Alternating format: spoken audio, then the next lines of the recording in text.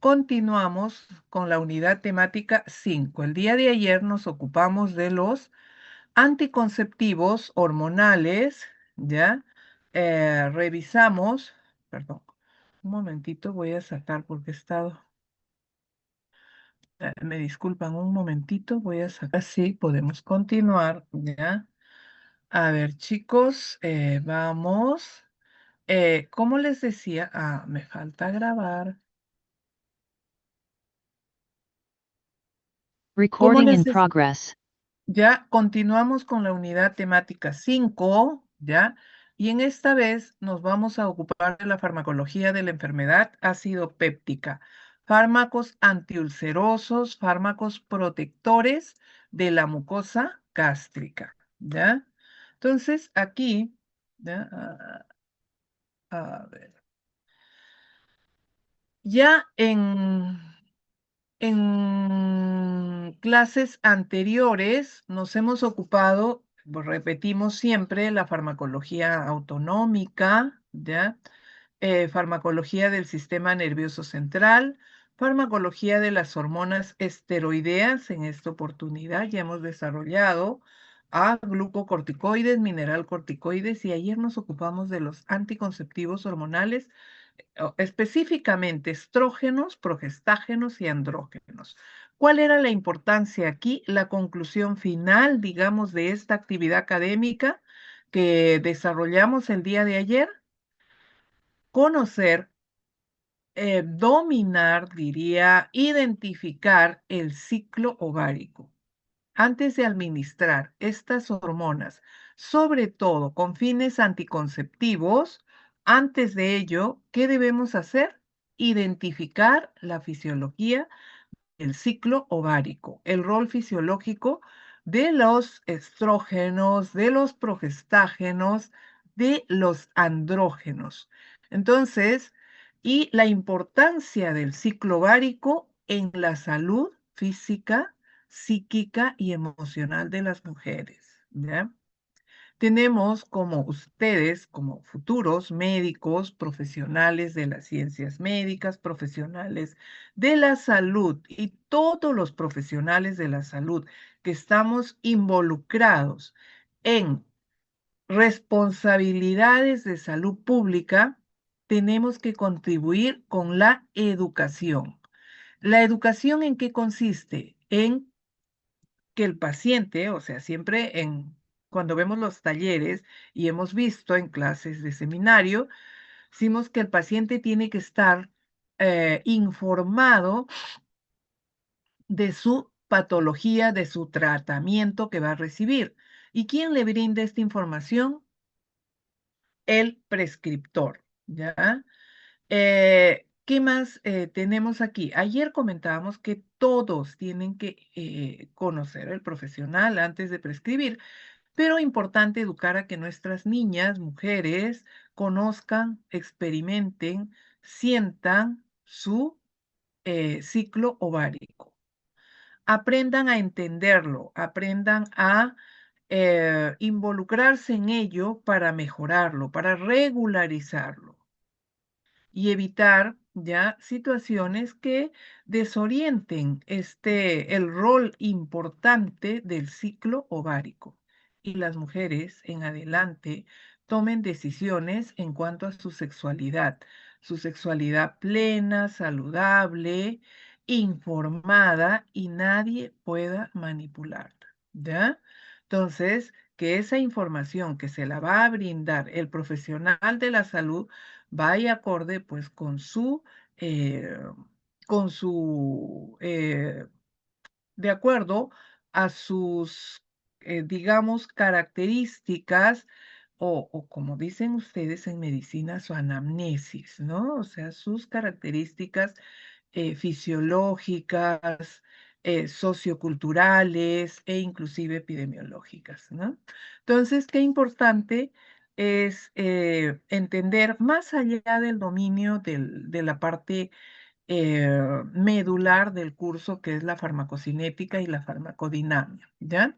Bueno, continuamos. Entonces, hoy día nuestros objetivos son identificar la acción de los fármacos que modifican la secreción gástrica, diferenciar la clasificación de fármacos antisecretores y de fármacos que incrementan la defensa o la protección de la mucosa gástrica, ya establecer e interpretar las propiedades farmacológicas como farmacocinética, farmacodinamia, RAMS, contraindicaciones e interacciones. ¿Qué significa ello? Valorar el riesgo, beneficio y beneficio-conveniencia, como siempre lo hemos mencionado. Ahora, ¿qué es lo que ya ustedes vienen conociendo? La fisiología de la secreción gástrica.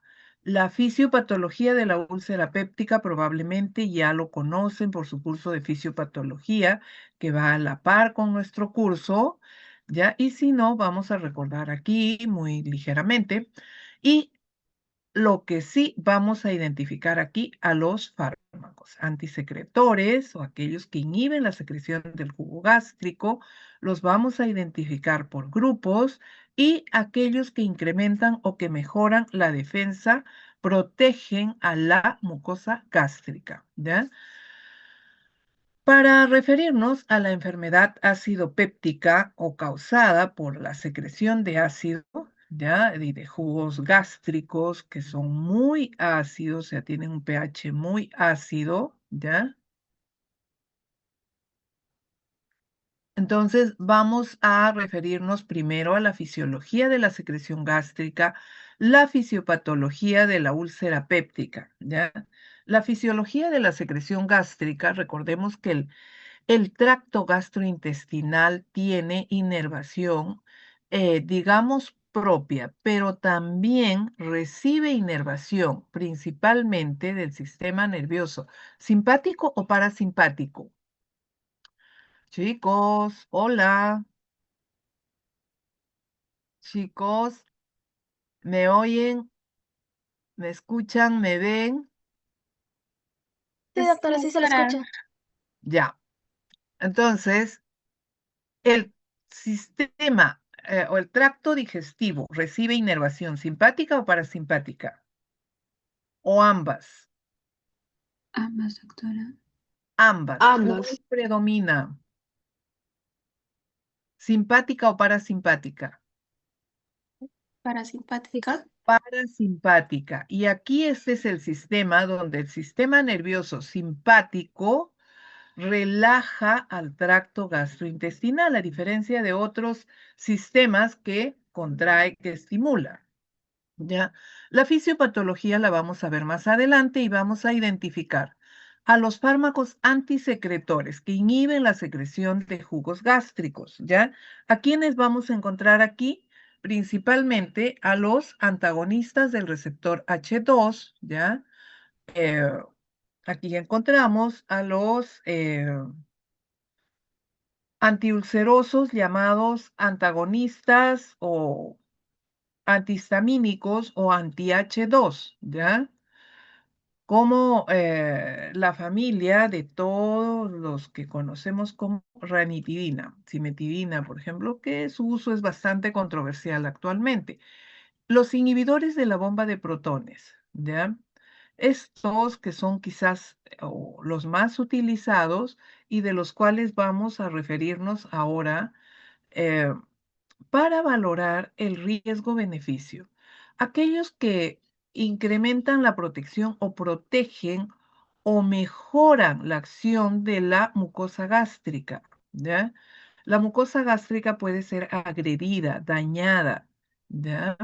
Y al dañarse esta capa de protección del tejido, ¿ya? Del músculo, entonces este se va a ver también dañado, lesionado por los jugos gástricos. Entonces, aquí encontramos fármacos que mejoran, que incrementan el rol de la mucosa gástrica. ¿Y a quiénes encontramos? Misoprostol, sucralfato, antiácidos y otros citoprotectores. Ahora, en la regulación de la secreción ácida vamos a encontrar fármacos que estimulan la secreción ácida, hormonas como histamina, gastrina, neurotransmisores como acetilcolina, ¿ya? Una estimulación neuroendocrina, histamina paraendocrina y gastrina endocrina. Todo esto confluye en una bomba de protones, ¿ya?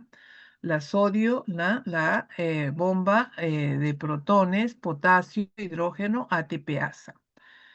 Mecanismos que inhiben la secreción ácida. Tenemos ya a somatostatina, que inhibe la secreción de las células parietales, eh, secretina, ya, secretina de la mucosa duodenal, que inhibe la secreción de gastrina y estimula al páncreas para producir bicarbonato, ya, para producir bicarbonato.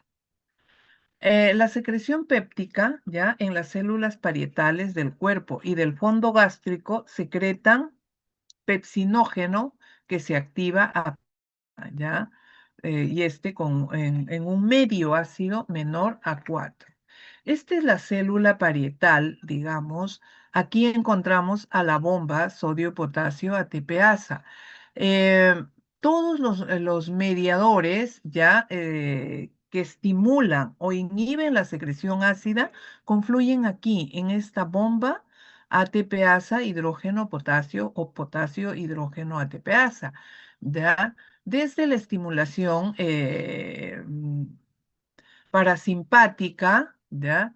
La estimulación endocrina, paracrina, entonces van a confluir aquí. Y en la célula parietal, ¿ya? Van a mediar una serie de, digamos, segundos mensajeros como el IP3, el ion calcio. Vamos a encontrar al AMP cíclico que van eh, a influir en el intercambio, ¿ya? En el intercambio de hidrogeniones a través de esta bomba, ¿ya? De esta bomba sodio-potasio ATPasa. Entonces, todo este mecanismo de regulación de la secreción ácida o de las secreciones gástricas, ¿ya? Como ácido clorhídrico, gastrina, eh, que van a mediar funciones tanto a nivel del estómago, ¿ya? Como a nivel duodenal e inclusive a nivel de tubo digestivo, ¿ya? Van a influir a nivel de tubo digestivo. Igualmente aquí vemos el mismo mecanismo, pero un poco ya más eh, específico, digamos, de esta bomba de protones, este intercambio de hidrogeniones, ¿ya? En la célula parietal. Bien. Ahora, también la mucosa gástrica tiene mecanismos de defensa o genera sus propios mecanismos, ¿ya?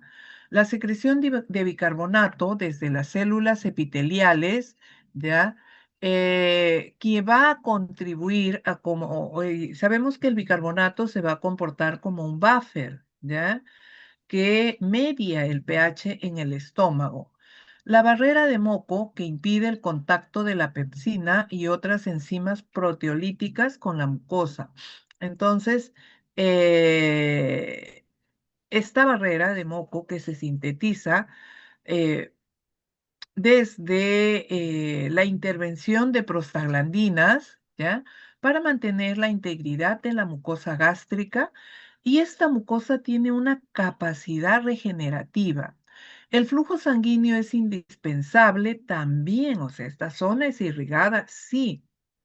¿Recuerdan cuando hablábamos de absorción de fármacos en el segundo seminario? ¿Ya?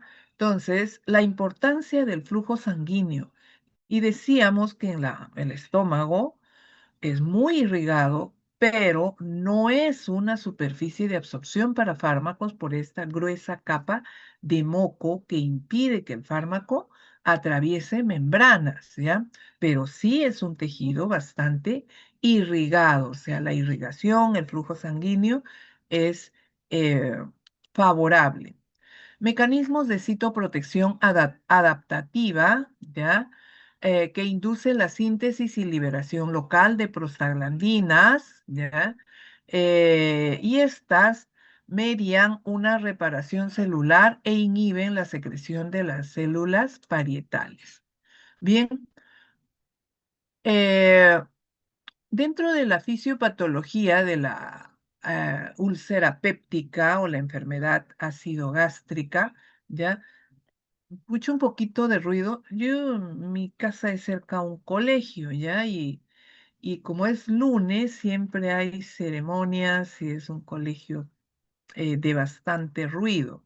Entonces, por eso me imagino que también me coge el ruido, ¿ya? Pero tranquilos, ¿qué le hacemos, híjolos? Si son los colegios, tenemos que ser tolerantes con los colegios, ¿no? Bueno, sigamos.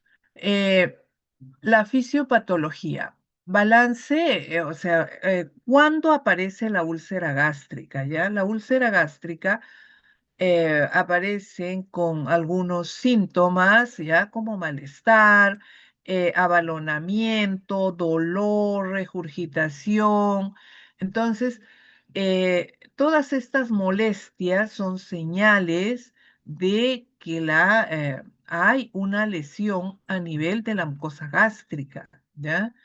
Entonces, la fisiopatología dice que cuando se pierde el balance entre los factores agresivos y los factores citoprotectores, ya cuando aumentan las concentraciones de ácido clorhídrico, pepsina y se pierde a los factores protectores como bicarbonato, la mucosa reduce su capacidad de protección o se inhibe a los precursores de la síntesis de moco, ¿ya? Y la capacidad regenerativa, que son las prostaglandinas como la E2 y la E1, eh, son aquí es donde se da una especie de disrupción, digamos, de pérdida de este balance, de este equilibrio entre los factores agresivos, o sea, el ácido clorhídrico y los factores citoprotectores. Y el ácido clorhídrico pues va a dañar, va a lesionar al tejido, al músculo liso, o sea, del tracto gastrointestinal.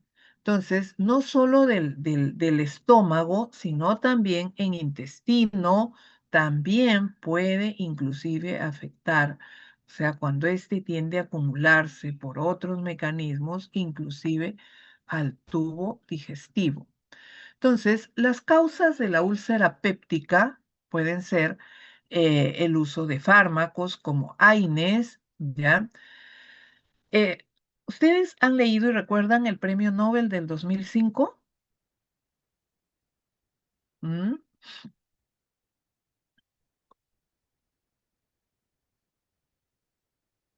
Entonces, y otros de los factores es la infección causada por esta bacteria llamada Helicobacter pylori, ¿ya?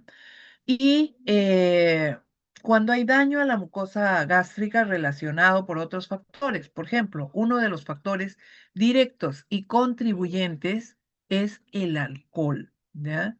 El alcohol es un gastrolesivo para el estómago, la mucosa gástrica, alimentos, ¿ya?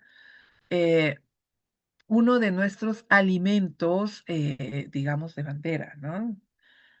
Eh, se le atribuye, ¿ya? Se le atribuye que de mediar, ¿no? Incrementar o de activar, digamos, activar todos. El Helicobacter pylori se encuentra inactivo en nuestro estómago, en nuestro organismo, pero se activa en medios ácidos. Y esto es favorable cuando nuestro plato de bandera es ingerido. Ya la gran cantidad de agentes como no solamente el medio ácido, sino también eh, con qué se acompaña el ceviche, con qué se acompaña nuestro plato de bandera. Con ají, doctora. A ver, si ustedes van a comer un ceviche, ¿con qué piden?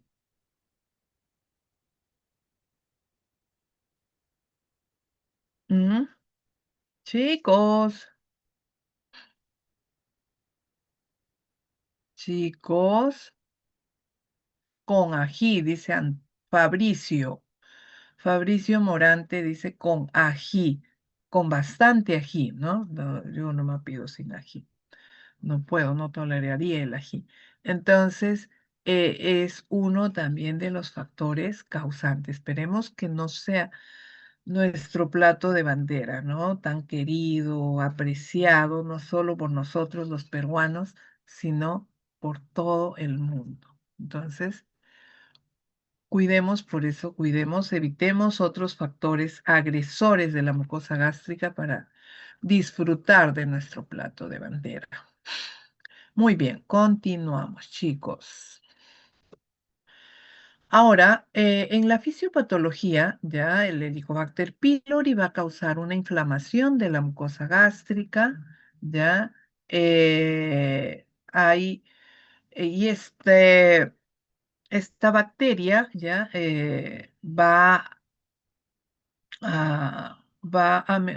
digamos, en un medio favorable, va a aumentar su virulencia y va a dañar a la mucosa gástrica. Esta injuria, pues, va a generar inflamación y daño a las células epiteliales. Los AINES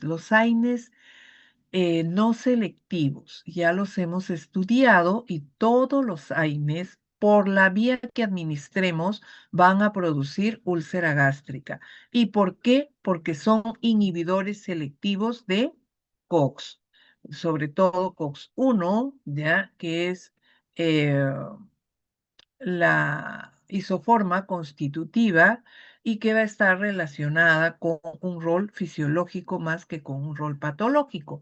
Entonces, al inhibirse a las prostaglandinas, y los AINES inhiben a todas las prostaglandinas, entonces esto va a generar daño porque estas que cumplen un rol de citoprotección, junto con el bicarbonato, van a mediar engrosar esta capa, esa capacidad regenerativa la pierde la mucosa gástrica y daña al tejido.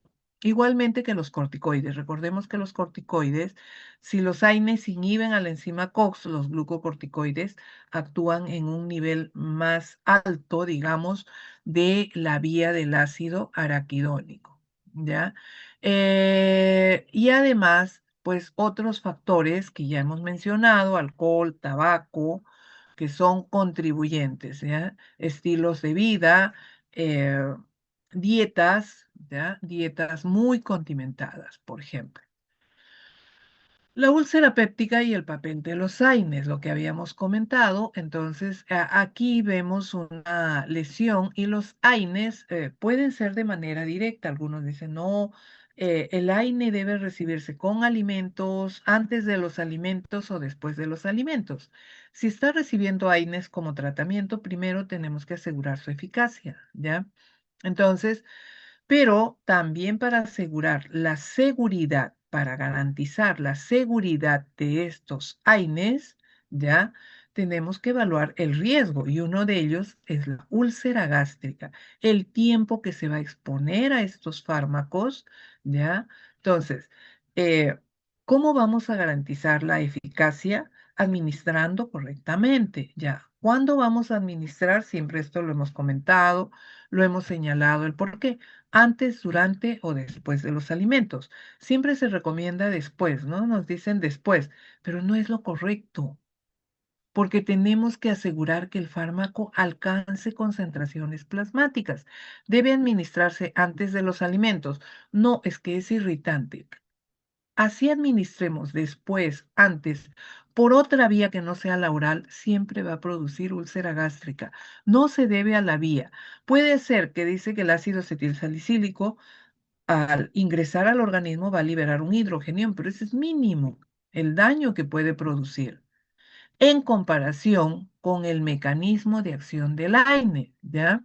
Entonces, ese mecanismo pues va a disminuir las cantidades de prostaglandina y al reducir el rol o al inhibirse a estas prostaglandinas se inhibe su rol fisiológico.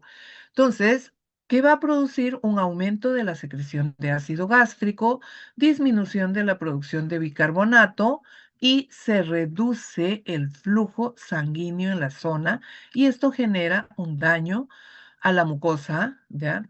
Y la acumulación de otros factores también, ¿ya?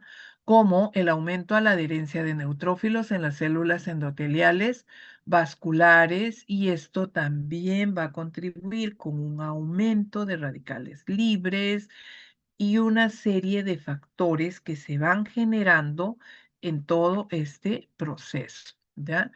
El Helicobacter pylori es la causa eh, atribuida para generar úlcera gástrica. Dice que todos los tipos, siempre que hay úlcera, es el Helicobacter el responsable, ¿ya?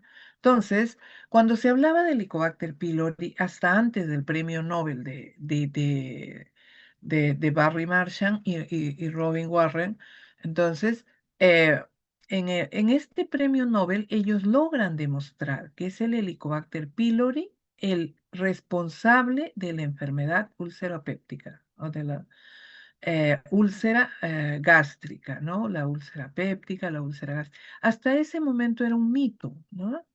Recuerdo todavía que 2 o 3 años antes, aquí hicimos un curso internacional en la facultad y uno de los temas fue Helicobacter pylori, mito o realidad, ¿ya? Pero después de esto sabemos que es el Helicobacter pylori el que media a la úlcera gástrica. Es, digamos, el responsable, ¿ya? Al activarse esta bacteria, ¿cuándo se activa esta bacteria? Cuando el medio ácido le es favorable en el estómago, ¿ya? Entonces, el medio ácido de manera directa va a irritar, va a inflamar a la mucosa gástrica, pero este Helicobacter pylori va a estimular a los mediadores inflamatorios, aumenta la actividad de la ureasa que va a aumentar el pH y por lo tanto el medio se vuelve mucho más ácidos. Las células, o sea, las parietales, aumentarán la liberación de gastrina, se verá inhibida la somatostatina y así va a dañarse eh, el tejido, ¿ya? Las células van a verse afectadas e inclusive llegar a producir otros o agravar síntomas e inclusive puede volverse crónica, sangrante. Recordemos que la úlcera pueden recuperarse, ¿no?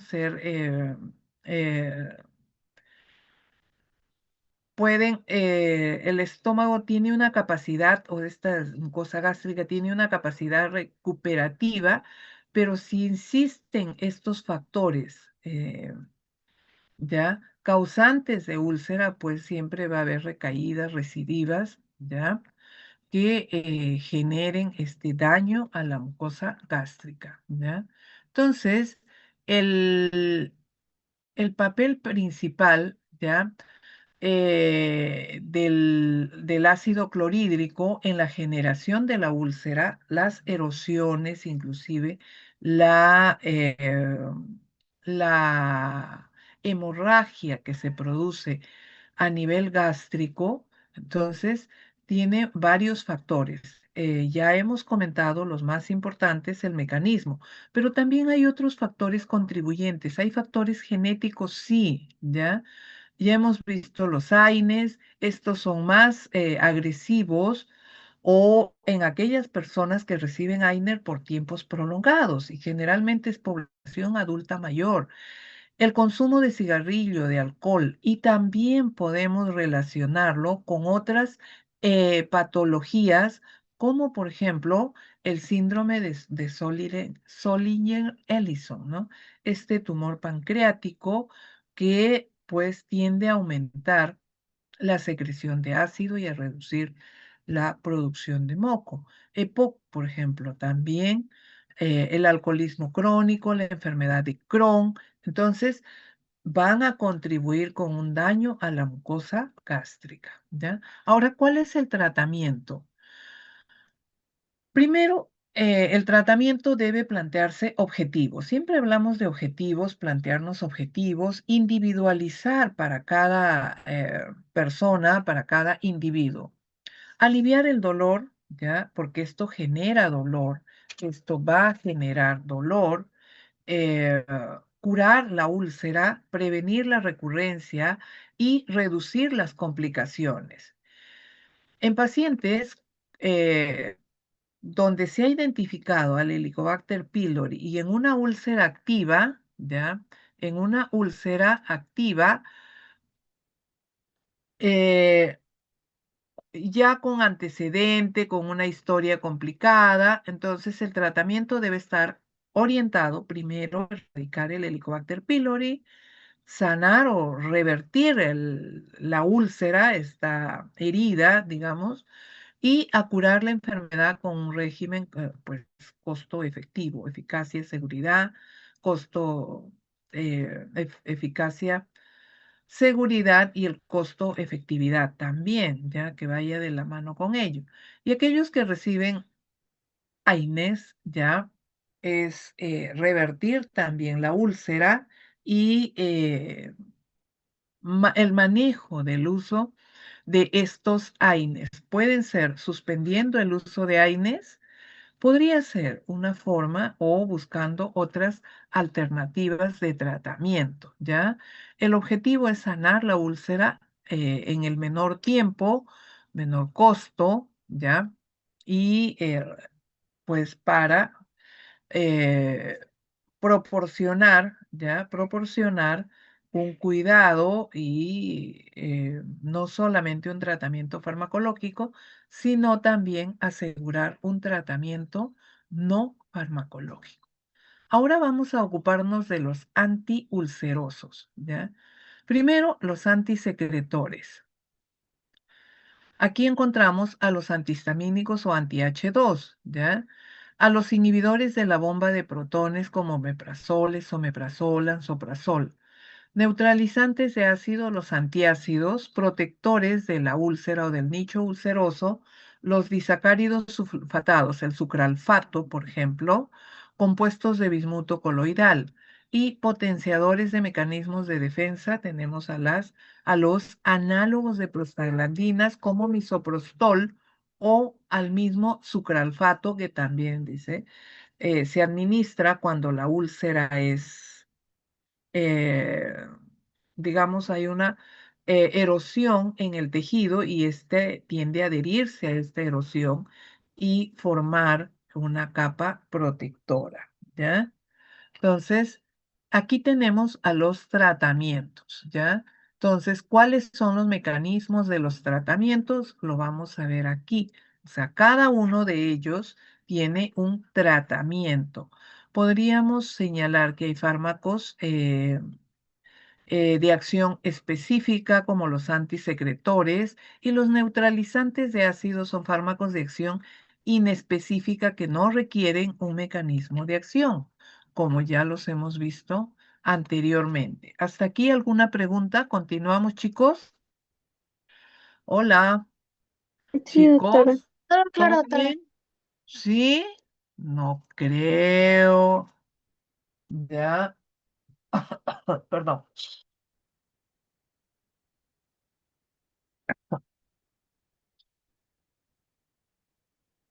Entonces podemos continuar.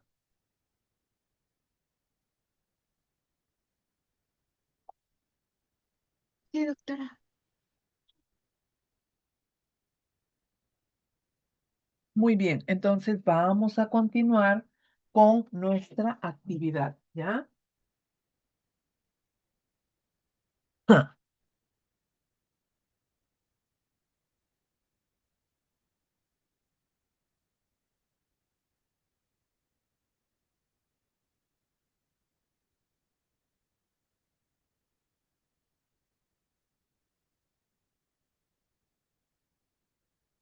Ah,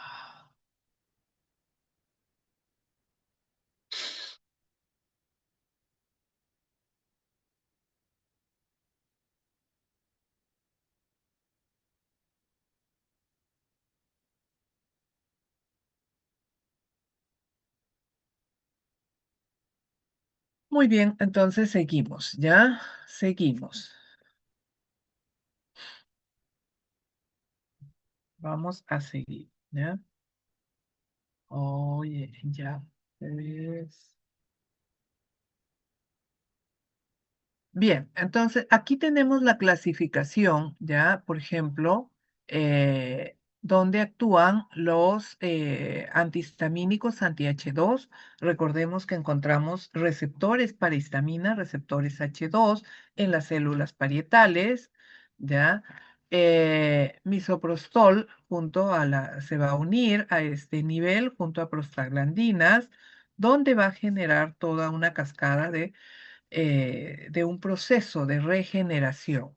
Los inhibidores de la bomba de protones que actúan aquí en este nivel de la célula parietal, ya inhibiendo a esta bomba, ¿ya? Miren, cada uno podemos ubicar su mecanismo de acción, ¿ya? Y cómo van a mediar estos. Aquí tenemos la célula parietal, algo también para identificar, ¿ya? El mecanismo de acción de los fármacos inhibidores de la bomba de protones a este nivel en una célula parietal, ¿ya? Y aquí ampliamos ya para también evidenciar el modo de actuación de los antiácidos, por ejemplo, ¿ya? eh, Bismuto, antibióticos, como el bismuto también tiene una acción antibacteriana. Entonces, o las sales de bismuto, ¿ya? Bloqueadores, aquí encontramos al receptor de histamina, un receptor metabotrópico acoplado a una proteína GS, ¿ya? Por eso aquí vemos a AMP cíclico, aumenta el AMP cíclico que va a facilitar dentro de esta cascada el aumento de hidrogeniones, ¿ya? Y así podemos continuar. Ahora, el inicio de la terapia, tratar la etiología, ¿ya? Erradicar al Helicobacter pylori, ¿ya? Eh, en esta erradicación, pues debe estar asegurar, ¿ya? Asegurar que este tratamiento, pues mejore no solamente los síntomas, sino también erradicar a la bacteria, mejorar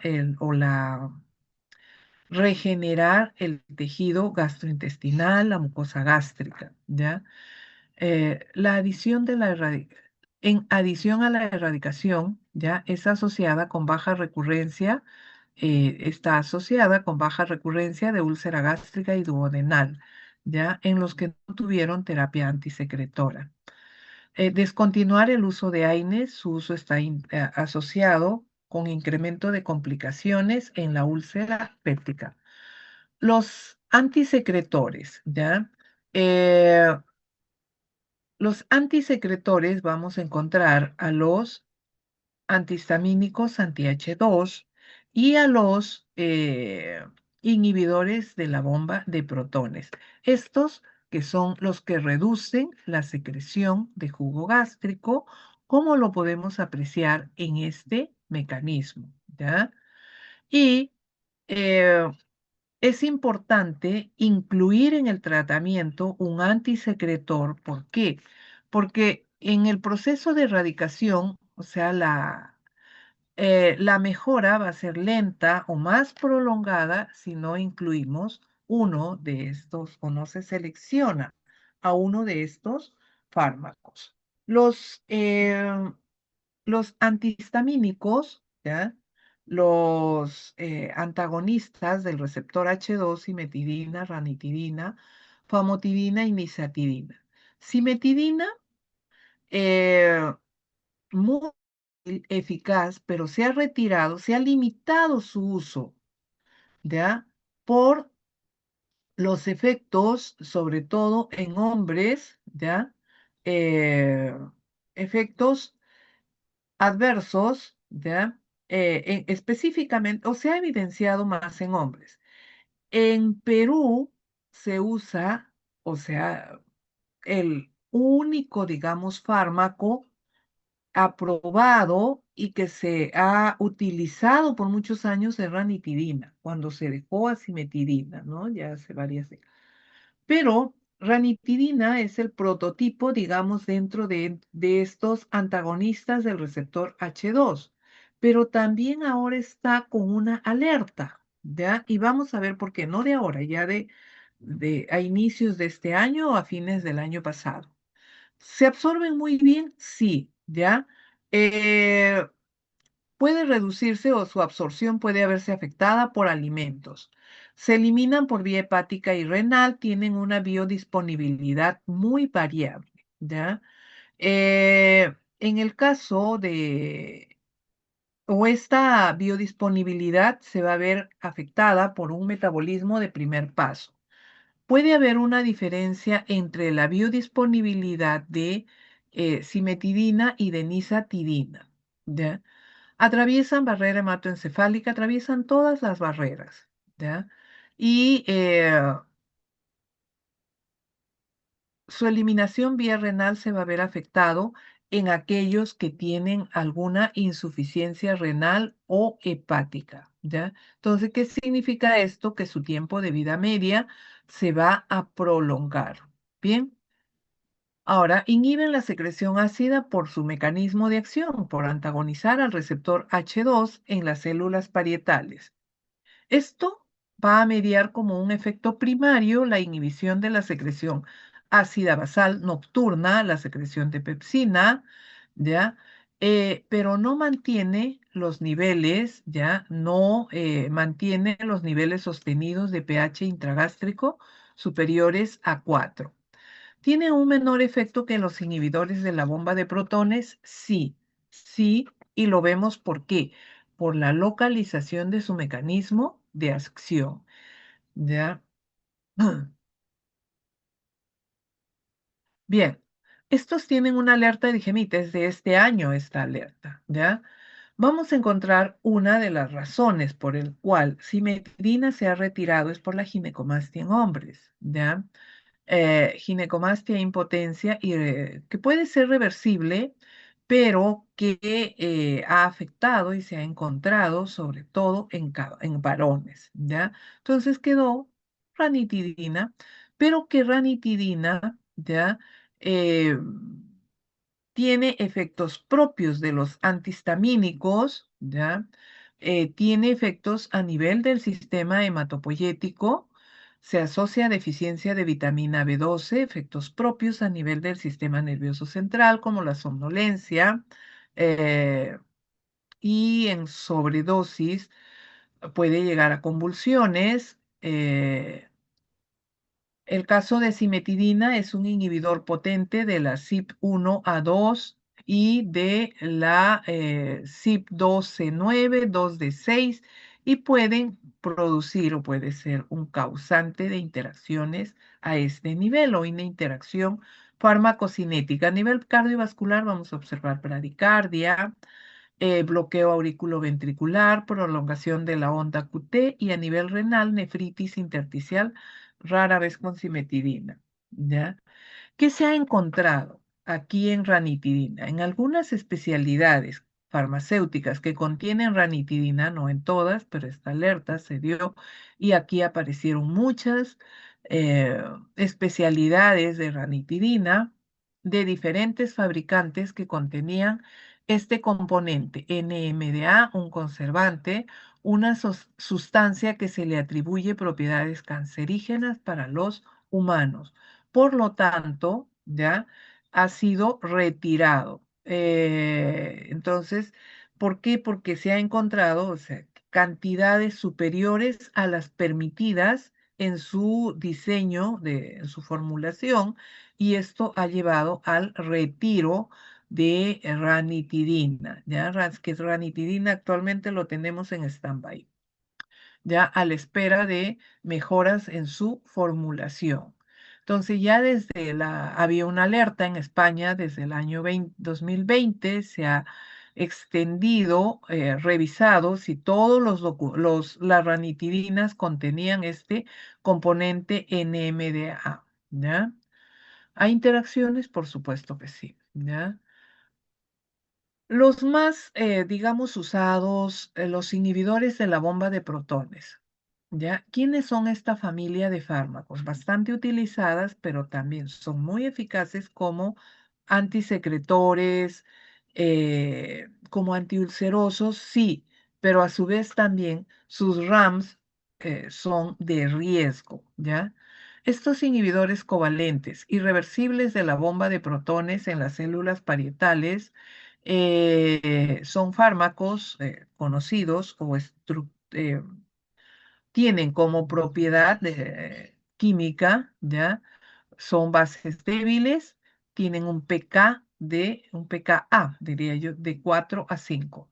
Son profármacos de liberación retardada, son absorbidos en la circulación sistémica y luego se concentran en canalículos de células parietales, donde se transforman por protonización a metabolitos activos. Son fármacos que se administran por vía oral. Me parece que ya hay un omeprazol o uno de estos por vía parenteral, pero solo encontrábamos a estos fármacos por vía oral, por lo mismo que son profármacos. Alcanzan valores de pH intragástrico por encima de 4, inestables a un pH ácido, ¿ya? Son lipofílicos, ¿ya? Por lo mismo que su liberación es retardada por su forma, ¿ya? Su forma, digamos, farmacéutica. Se absorben en el duodeno, como todos los fármacos, y su administración debe realizarse antes de los alimentos. ¿Ya? Tienen una biodisponibilidad del 80%. Si se administran con alimentos, se reduce significativamente. Su metabolismo es hepático mediado por el CYP19, el CYP3A4, mayormente para omeprazol, ¿ya? En enfermedad hepática, el metabolismo se reduce, ¿ya? Su unión a proteínas plasmáticas es mayor al 95%, su tiempo de vida media es breve, ¿ya? Pero la inhibición persiste entre 3 a 4 días, o sea, su tiempo de vida media es corta, pero su inhibición persiste. Se elimina vía renal, también vía biliar, ¿ya? No se necesita reducir la dosis cuando hay insuficiencia renal o en casos de insuficiencia renal no se reduce la dosis. Aquí tenemos los fármacos y su biodisponibilidad, eh, su dosis y su tiempo de vida media, ¿ya? El omeprazol, por ejemplo, ¿no? Tiene una biodisponibilidad de 4 a 6 horas, perdón, una biodisponibilidad de 40 a 65% y un tiempo de vida media muy corto, de 1 hora, ¿ya? Y alcanzan el Tmax entre 1 a 3 horas. El esomeprazol tiene mayor biodisponibilidad, un tiempo de vida media también mayor y un Tmax dentro de lo similar al omeprazol. Lansoprazol igual, ¿ya? Pantoprazol también tiene una biodisponibilidad alta, un tiempo de vida media similar a los anteriores, ¿ya? Pero su Tmax también un poquito mayor, pero allí va. O sea, son muy parecidas, sus propiedades farmacocinéticas son idénticas. Entonces, estos que actúan a este nivel, inhibiendo a la bomba de protones, ¿ya? Inhiben a la bomba de protones y este intercambio se va a ver afectado. Entonces, el omeprazol cruza esta inhibe a esta bomba, ¿ya? Y eh, va a mantener un pH estable en el medio ácido, lo que no sucedía con los antihistamínicos o los anti-H2, ¿ya? Entonces va a facilitar un equilibrio entre el pH gástrico, como lo vemos aquí, y el pH en sangre. Ahora, las acciones y efectos. Suprimen la secreción de ácido en forma proporcional a la dosis, tanto en ayuno como en la estimulada. La supresión ácida es mayor que con los bueno, eso ya lo hemos comentado. Aceleran la cicatrización de las úlceras, ¿ya? Inhibición ácida persistente después de su desaparición plasmática. Su efecto máximo se alcanza en 7 días. Perdón, un momentito.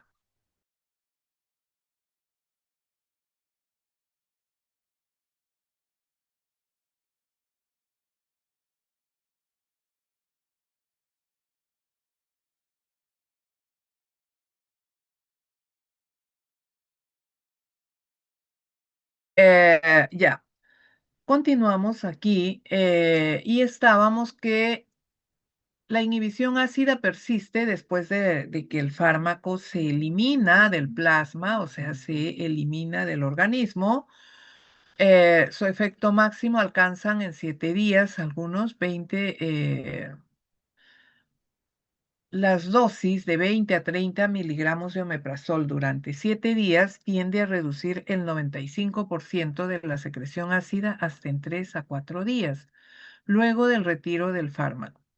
¿Ya? Inhiben también la secreción de pepsinógeno eh, y pepsina. Las reacciones adversas comunes van a ser cefalea, diarreas, náuseas, exantemas, estreñimiento, flatulencia, somnolencia y también confusión mental. También vamos a encontrar hipergastrinemia, ¿ya? Triplican el riesgo de diarrea por Clostridium difficile, ¿ya? Cuando el paciente recibe por más de 30 días. Su uso crónico se ha asociado con el incremento de osteoporosis y esto se relaciona con fracturas de cadera, ¿ya? Y con hipomagnesemia. Otros vamos a encontrar artralgias, pocos casos de ginecomastia, impotencia sexual. También aquí hay que tener en cuenta que su uso continuo va a disminuir la absorción de vitamina B12. Y si disminuye la absorción de vitamina B12, ¿cuál es el riesgo? Chicos, ¿cuáles son los riesgos? Ah, Anemia, ujú. doctora. Anemia, ¿qué tipo de anemia?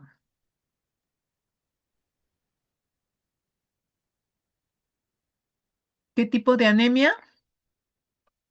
Chicos, por favor, megaloblástica. Bien, bien, entonces su uso prolongado, pues, tiene o puede presentar anemia, o sea, esta inhibición de la absorción de vitamina B12, administrar con precauciones en hepatopatías, embarazos y puede enmascarar algunos síntomas de cáncer gástrico, ¿ya? Eh, bien.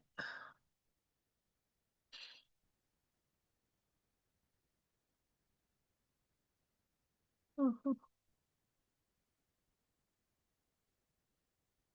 En el caso de omeprazol se ha observado la hipomagnesemia, ya se ha observado hipomagnesemia eh, por el uso prolongado, ya.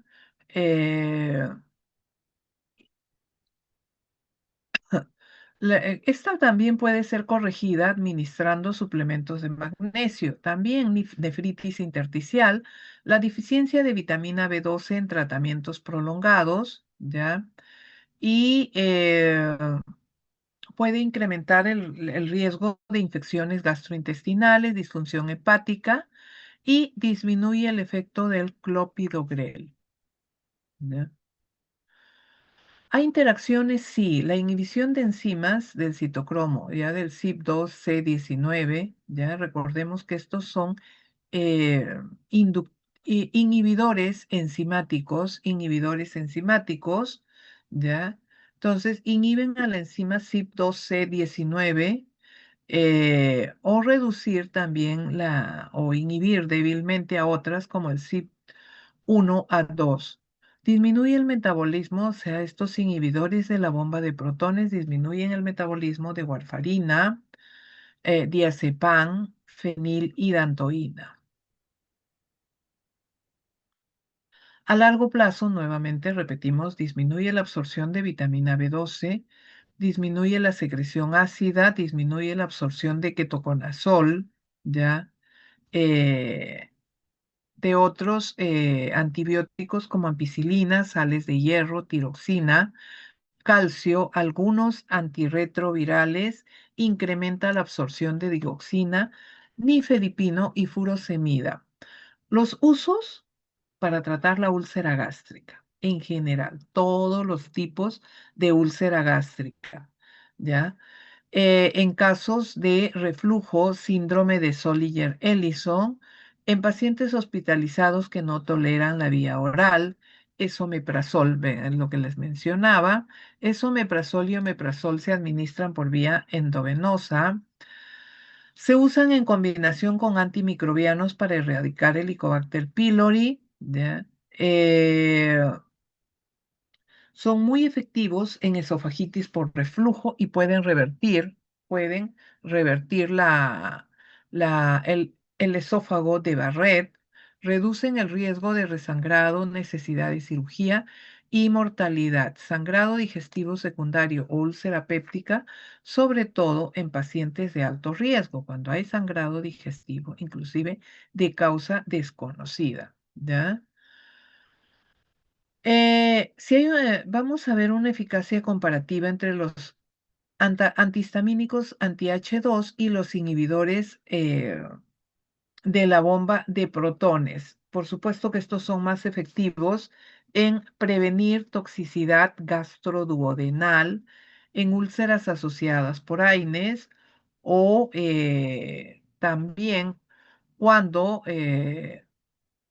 o en o cuando la úlcera es causada por otro factor, ¿ya? Entonces, estos inhibidores de la bomba de protones son más eficaces, ¿ya? Entonces, no pueden ser suspendidos o descontinuados en su proceso de administración. Bien, ahora vamos a ver los otros, los protectores, los citoprotectores, los llamados antiácidos, ¿ya? Estos que no tienen por lo menos reconocimiento clínico, ¿ya? Se señala que no tienen de repente una utilidad específica, pero sí aquí tienen demostrada su eficacia como citoprotectores. La capacidad de neutralización ácida es muy variable, la que pueden presentar los diferentes compuestos de llamados antiácidos. Y depende también de varios factores como la velocidad de disolución, ¿ya? La solubilidad en agua, la velocidad de reacción con el ácido y la velocidad del vaciado gástrico. Usualmente contienen una combinación de trisilicato de magnesio, hidróxido de aluminio y carbonato de calcio, ¿ya? Aquí nos vamos a referir al modo de acción. Los antiácidos, habíamos mencionado, son fármacos de acción inespecífica, por lo tanto, carecen de mecanismo de acción. Bien,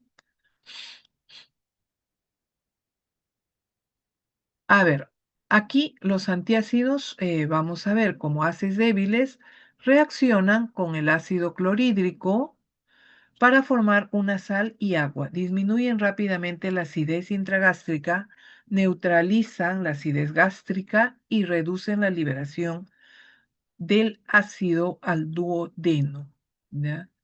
Una de las hipótesis de la acción de los antiácidos que facilitan la curación, ¿ya? Que facilitan la curación de la úlcera péptica, ¿ya?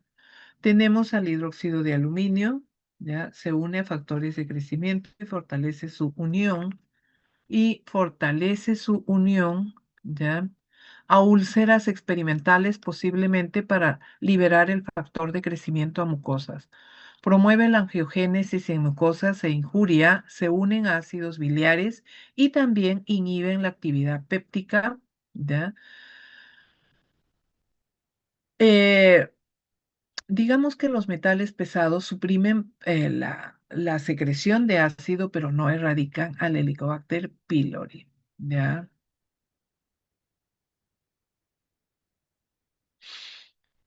Por lo mismo que se conoce, ¿ya?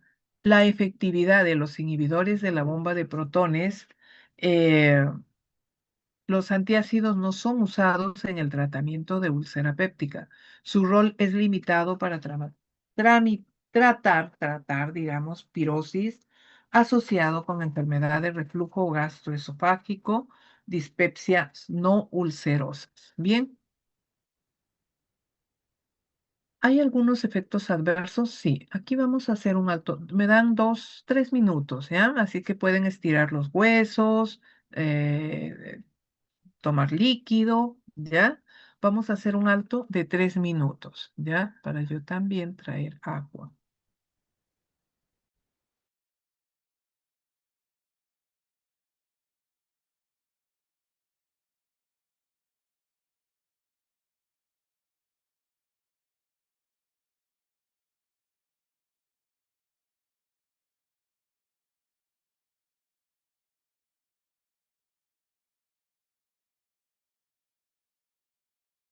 Se nos pasó más de los 3 minutos, ¿ya? A ver, vamos a continuar con nuestra clase. ¿Hasta aquí alguna pregunta? ¿Alguna pregunta hasta acá, chicos? ¿Alguna pregunta, por favor?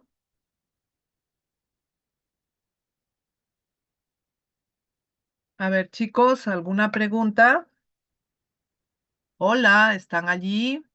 Todo claro, doctora. Creo que no veo. Ah, hola. A ver, ¿qué dicen aquí? Anemia. Por ahora no hay problema. Oh, bueno, chicos. Bueno, todo claro. Esperemos que así sea. ¿Ya? Bien, entonces vamos a continuar, ¿ya?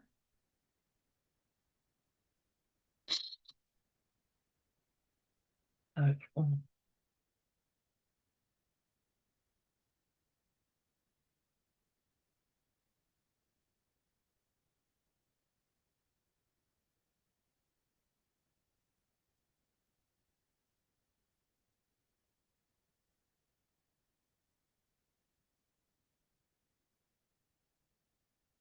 vamos aquí en esta parte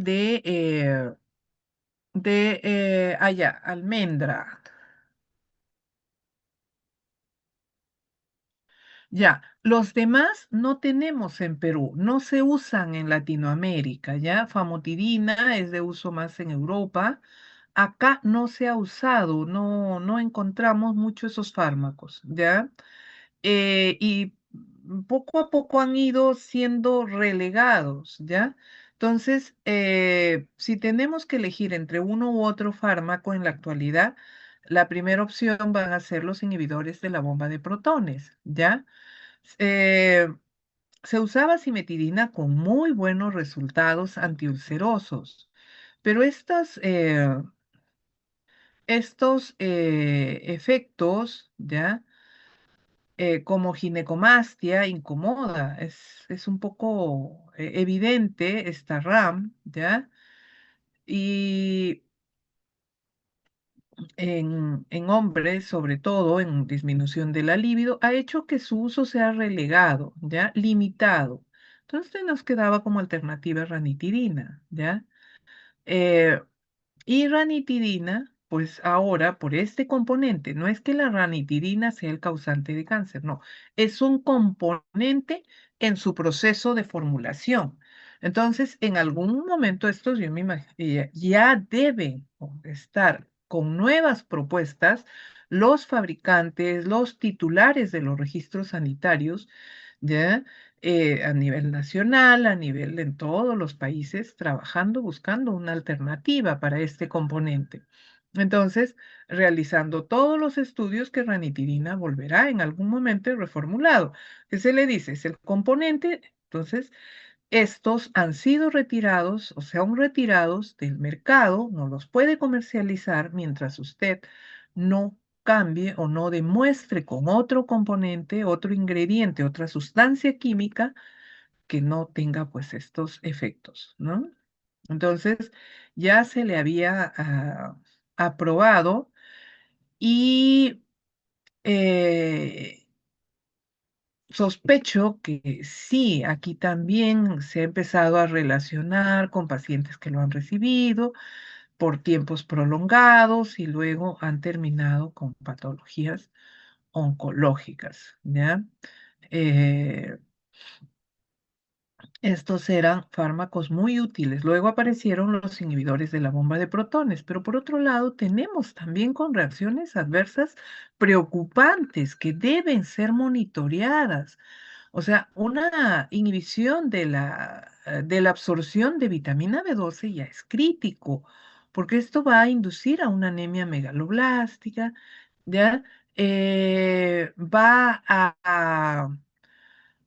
Va a traer otras secuelas y complicaciones, ¿ya? Yo creo que inclusive las RAMs más severas presentan los inhibidores, ya valorando un poco las eficacia y seguridad, son muy eficaces los inhibidores de la bomba de protones por el sitio donde actúan, pero sus RAMs son preocupantes, ¿ya? Entonces, deben ser monitoreados, deben administrarse por tiempos cortos, no administrarse por tiempos prolongados, ¿ya? A diferencia de repente de los antihistamínicos, son menos eficaces como antisecretores, como antiulcerosos, pero sus RAMs no son tan agresivas, ¿ya? A no ser por este ingrediente, esta sustancia química que es cancerígena, que hay que retirarla obligatoriamente, sí, ¿ya?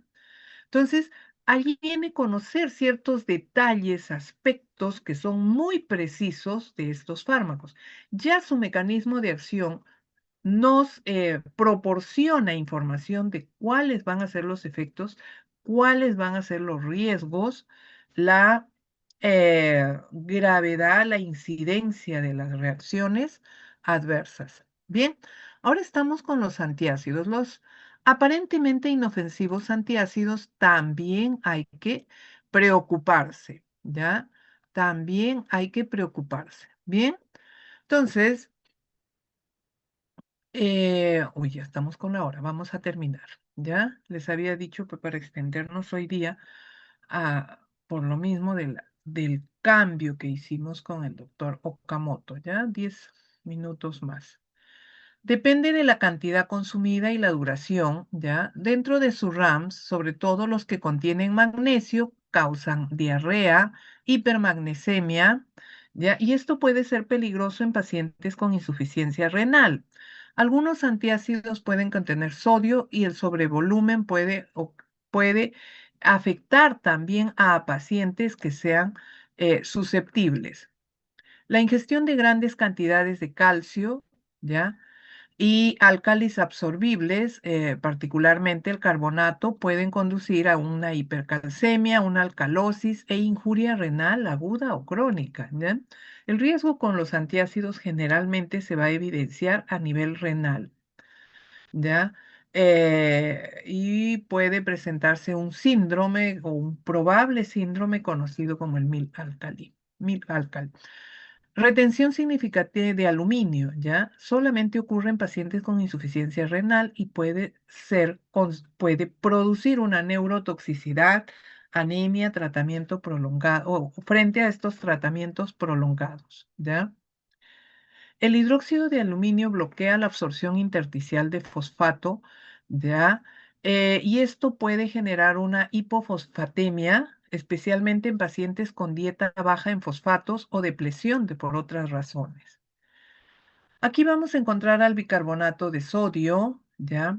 Que dentro de las reacciones adversas vamos a encontrar la distensión gástrica, ya flatos o eructos, retención de líquido, una alcalosis metabólica, ¿ya? Que puede estar presente cuando hay tratamiento a largo plazo, contraindicado en pacientes con hipertensión, insuficiencia cardíaca, insuficiencia renal. El carbonato de calcio, náuseas, vómitos, las flatulencias, la dispepsia, conocido como eructos, o sea, lo común ¿ya? Y también puede dar lugar a una alcalosis metabólica. El magnesio, el hidróxido de magnesio, el inofensivo, ¿ya? No producen efectos sistémicos, pueden tratarse a largo plazo, pero puede estar asociada a diarreas, ¿ya? El hidróxido de aluminio sí, a largo plazo, la insuficiencia renal aguda, crónica, el estreñimiento es común, ¿ya? La combinación de hidróxido de magnesio y hidróxido de aluminio para alcanzar un equilibrio, ¿ya? Y también esta combinación aparece para que también se reduzca las reacciones adversas, ¿ya? Bicarbonato de sodio y bicarbonato de calcio, ¿ya? También puede causar el síndrome de Milk Alkali, ¿ya? Que se caracteriza por una hipercalcemia y una alcalosis metabólica. Pueden haber interacciones, sí. El aumento de pH gástrico, ¿ya? Producido por antiácidos disminuye la absorción de fármacos ácidos y aumenta la absorción de fármacos básicos. Recordemos que hemos visto que hay fármacos que son ácidos débiles, requieren un medio ácido para su absorción en el duodeno, ¿ya? El ion metálico en algunos productos puede quelar otras sustancias, por ejemplo, digoxina, tetraciclina y evitar su absorción, ¿ya? El sucralfato es un polisacárido sulfatado, ¿ya? Que puede estar asociado inclusive a hidróxido de aluminio. Es un gel viscoso que se une a proteínas cargadas positivamente, se adhiere a las células epiteliales gástricas, incluyendo las áreas ulceradas, o sea, donde hay una úlcera sangrante inclusive, protege la superficie del estómago de la degradación de pepsina, inhibe la hidrólisis péptica. Previene el daño mucoso agudo inducido químicamente y va a curar las úlceras crónicas, ¿ya? Sin alterar el ácido gástrico o secreciones de pepsina, ¿ya? Similar a los antiácidos conteniendo aluminio, el sucralfato estimula la angiogénesis, la formación de tejido de degranulación y posiblemente debido a la unión con el factor de crecimiento. El sucralfato, unido a un tejido injuriado, ¿ya? Va a liberar el factor de crecimiento y reduce el acceso de pepsina y de ácidos, ¿ya?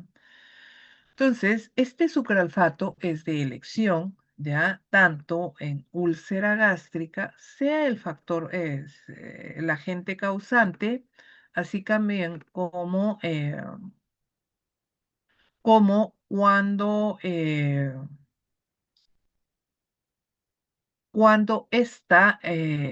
esta úlcera, ¿ya? Puede ser causada por el mismo Helicobacter pylori, ¿ya? Eh, Sin embargo, el sucralfato no es usada para tratar úlcera péptica, ¿ya? No es de uso como los inhibidores de la bomba de protones, que su tratamiento va a tener un menor tiempo de curación, ¿ya? Entonces, los inhibidores de la bomba de protones, si comparamos con sucralfato, pues son más curativos, son más eficaces, se usan menor tiempo, ¿ya? El uso de sucralfato es limitado para un manejo inicial de reflujo gastroesofágico, por ejemplo, en gestantes. Efectos adversos, estreñimientos, náuseas, ¿ya? La retención significativa de aluminio puede ocurrir en pacientes con falla renal. También se une a fosfatos y conduce a la hipofosfatemia, ¿ya? Puede haber interacción con ciertos fármacos como quinolonas, fenitoína o warfarina. Los análogos de prostaglandinas, aquí vamos a encontrar al misoprostol, ¿ya? Un análogo de la prostaglandina E1 inhibe la secreción ácida por reducción selectiva, ¿ya?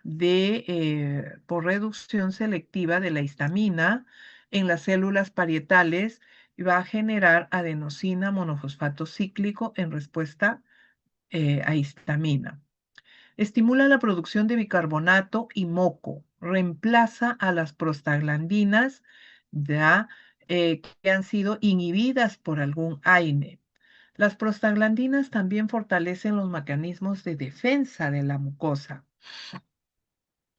El rol del misoprostol en la úlcera es limitado a la prevención de úlceras gastrointestinales inducidas por AINES, ¿ya?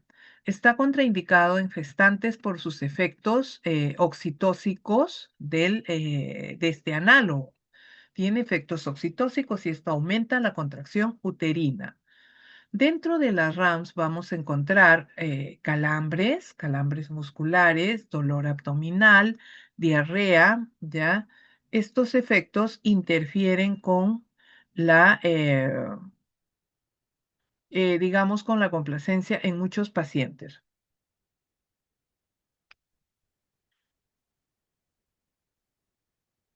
Eh, Ay, se me ha venido otra vez, perdón.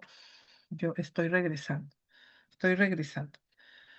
Las sales de bismuto, ¿ya? El bismutol también es considerado ya un protector de la mucosa gástrica, pero a la vez posee propiedades antisecretoras, ¿ya? Y antimicrobianas, ¿ya? Se une a toxinas producidas por diferentes microbios, por ejemplo, Escherichia coli. Puede estimular la absorción de líquidos y electrolitos a través de la pared intestinal, va a inhibir la síntesis de prostaglandinas responsables de la inflamación intestinal o la hipermotilidad. Exhibe actividad antimicrobiana directamente contra patógenos gastrointestinales, bacterianos y víricos. Va a estar, este se va a incluir en la diarrea y en la dispepsia, ya o se va a usar en casos de diarrea causadas por dispepsia o diarrea asociada a dispepsia. Es eficaz para el tratamiento y profilaxis de la diarrea del viajero, ¿ya? Se utiliza sin indicación médica, digamos, para la erradicación del Helicobacter pylori. Dentro de las RAMS vamos a encontrar decoloración fecal, ya oscurecimiento de la lengua y también pueden presentar algunos ruidos acúfenos. El mecanismo de acción ya estas va a deberse a una inhibición de la actividad péptica, pero no la secreción de pepsina. El bismuto ya puede unirse a un cráter ulceroso, sobre todo el bismuto, el subcitrato o el bismuto coloidal. Los macrófagos reunidos en un cráter ulceroso pueden promover su curación, ¿ya? Y estas sales de bismuto pueden incrementar, ¿ya? Sobre todo el coloidal, puede incrementar la producción de prostaglandinas, la secreción de moco, ¿ya? De bicarbonato. Entonces, estos forman parte de la terapia cuádruple en el régimen de tratamiento de úlcera por Helicobacter pylori, ¿ya? Tienen como reacción adversa, ¿ya? Algunos ennegrecen las heces, la toxicidad es poco rara, ¿ya? Tienen una mayor absorción, ¿ya? Sobre todo el bismuto coloidal que las sales de bismuto o subnismuto. La coadministración, ¿ya? La coadministración con antagonistas H2 incrementan la absorción de bismuto, pero no del bismuto coloidal, pero no de las sales de bismuto, ¿ya? El bismuto debería ser, o sea, cualquier componente o fármaco que contenga bismuto debe ser evitados en pacientes con falla renal, ¿ya? No altera la función plaquetaria, ¿ya? Eh, Altas dosis, ¿ya? Pueden causar toxicidad, sobre todo, eh,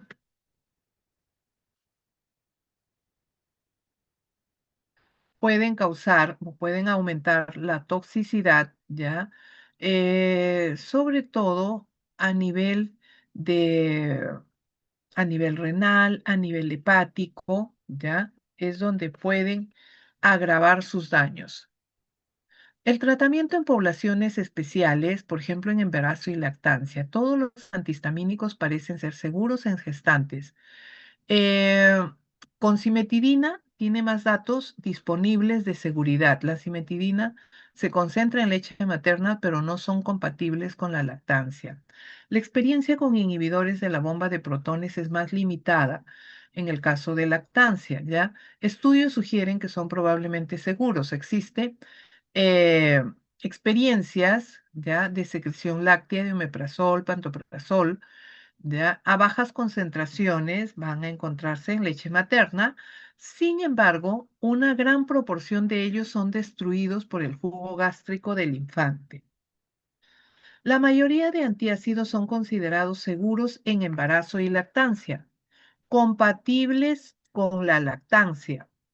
Sin embargo, los antiácidos que contengan bicarbonato de sodio y trisilicato de magnesio deberían ser evitados en gestantes. El sucralfato es seguro en embarazo y la lactancia por su pobre absorción, ¿ya? Ahora, ¿cuál es la terapia de Helicobacter pylori? Todos los pacientes con evidencia activa de infección por Helicobacter pylori pueden ser tratados y la elección inicial, pues, va a estar orientada a una terapia, ¿ya? Donde se debe tener en cuenta para la elección del antibiótico si hay resistencia o no hay resistencia. ¿Ya?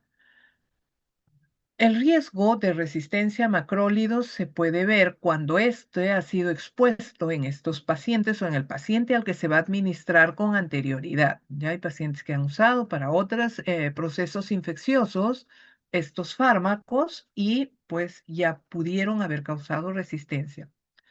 Alta resistencia local mayor al 15% haya claritromicina. La terapia inicial en pacientes sin riesgo de resistencia a macrólidos se sugiere una terapia triple con un inhibidor de la bomba de protones, amoxicilina 1 gramo y claritromicina 500 miligramos cada 12 horas y este tratamiento debe administrarse por 14 días, ¿ya? Se sugiere la sustitución de amoxicilina por metronidazol, solo en pacientes alérgicos a la penicilina, porque la resistencia a metronidazol es común y puede disminuir la eficacia del tratamiento.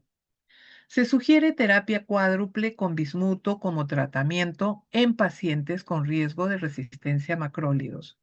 Una terapia cuádruple consiste en inhibidores de la bomba de protones, subsalicilato de bismuto y antibióticos como metronidazol y tetraciclina, 4 veces al día por 14 días. Estas mismas terapias las tenemos aquí, ¿ya?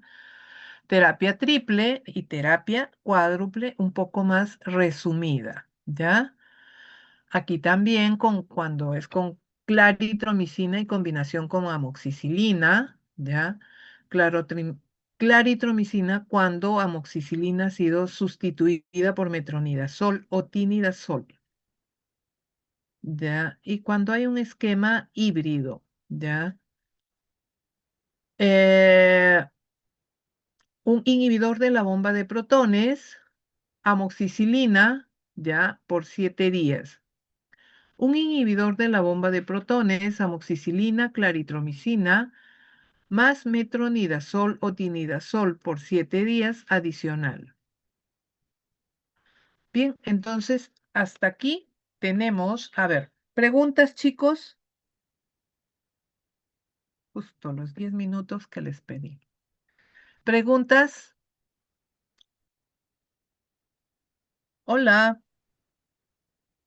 ¿cuáles son nuestras conclusiones? Entonces, la úlcera péptica es que puede ser recurrente, ya que requiere tratamiento, pero a la vez también sola puede recuperarse y revertirse. Pero las recidivas pueden generar y estas se pueden ir y repetir y repetir.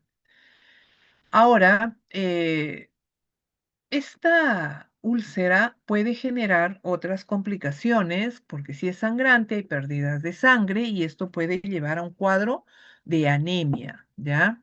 puede inducir a un cuadro de anemia, a otras complicaciones, aperturar el daño a otros órganos del tracto digestivo, ¿ya?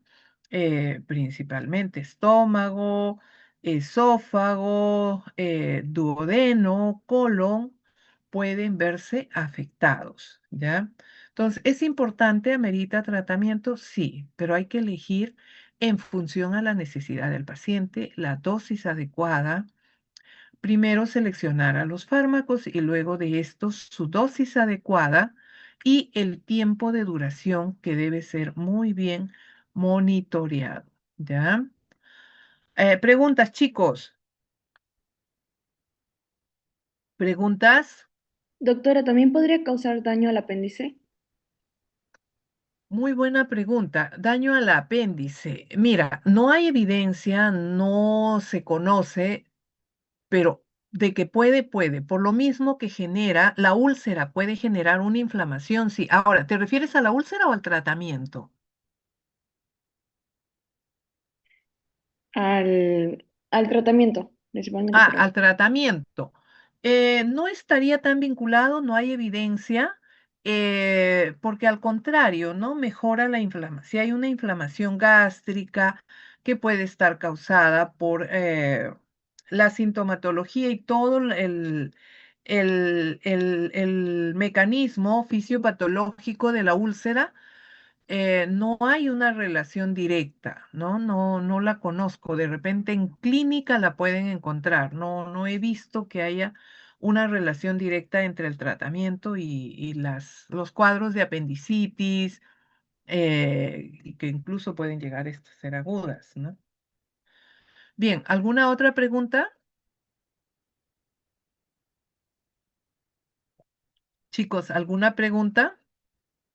Doctora, estaba diciendo, ahorita que me preguntó con respecto a la úlcera misma o al tratamiento, ¿cómo sería Ajá. el caso de la úlcera? La úlcera puede generar inflamación en todos los órganos, ¿ya? ¿Por qué? Porque hay un mecanismo, ¿ya?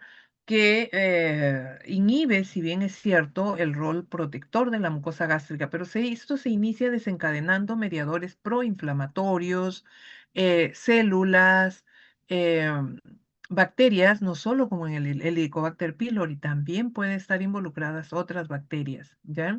Entonces, todos estos mecanismos de equilibrio entre la secreción de ácidos, el rol neuroendocrino, paracrino, se alteran, podría haber alguna relación, aunque los cirujanos dicen que no hay ninguna relación, que todo el proceso de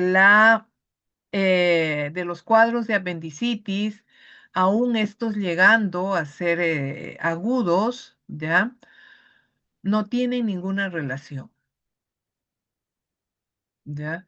No conozco tampoco de alguna evidencia clínica, de alguna evidencia, ¿no? Clínica, sí. Ujú. Bien, era Enma, ¿quién hizo la pregunta? Sí, doctora. Ay, sí, Enma. Entonces, de repente puede encontrarse algún caso en clínica, ¿no? Entonces, pero no hay una que hayamos encontrado que estén vinculados, ¿no? O una relación directa. Bien, ¿alguna otra pregunta? ¿Alguna otra pregunta? Chicos.